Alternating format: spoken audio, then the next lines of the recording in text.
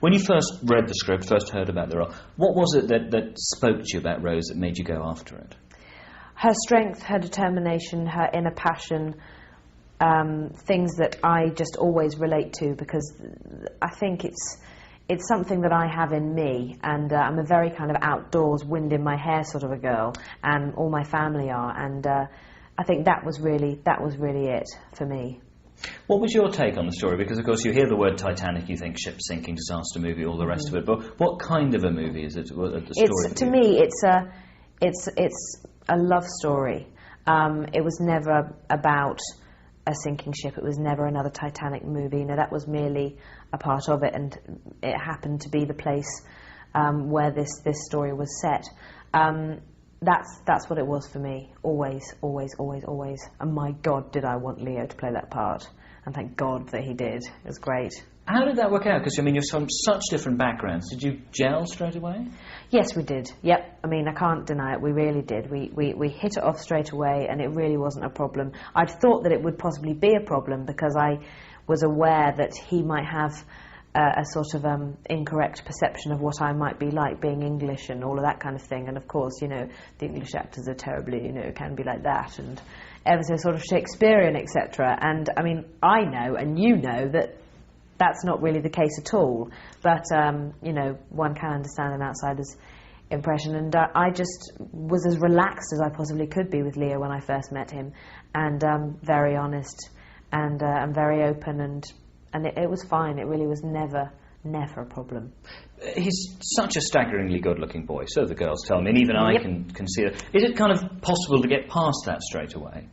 Yeah, it was, in my case, it was. I mean, I did think to myself beforehand, it's going to be hard because, you know, what if I really fancy him? And I so thought that I was going to, because he is absolutely gorgeous. He is, there's no two ways about it. But it was never a part of it. But, you know, I'd have to say that the closeness and the strength of the friendship that we had is something that a lot of my female friends envy like hell. But to me, he's just silly old Leo is what he is to me. If you were having to sell yourself to Leo, or at least show him what you were really like, what about the previous step? What about James Cameron? I mean, how did you persuade him that you were right for this Philadelphia role? Well, what happened was I met Jim before I'd read the treatment and thought to myself, you know, this is great. The determination that he had and the work that he'd already put into it at that point. I mean, he'd been already thinking about this film for a year and a half when I met him, and that was in December '95. And then I read the treatment and thought, wow, floods of tears, got to do this film. And just basically took the bull by the horns and phoned him and said, I have to do this, I really do. And, you know, give us a chance, mate. Is really what it was about. And flew to America, flew to LA and did a screen test, and the rest is history.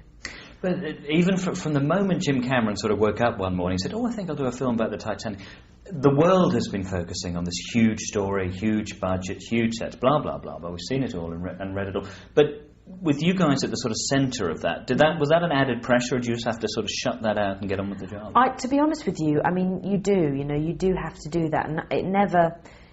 You know, I love my job, and I love acting and always want to love it.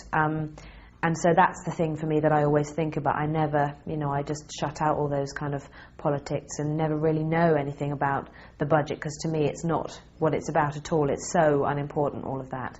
And I think it's really sad that when we had finished shooting eventually, and yes, we did run over, and it was 7 months and all of that stuff, it was very sad that people kind of honed in on that side of things, because it just...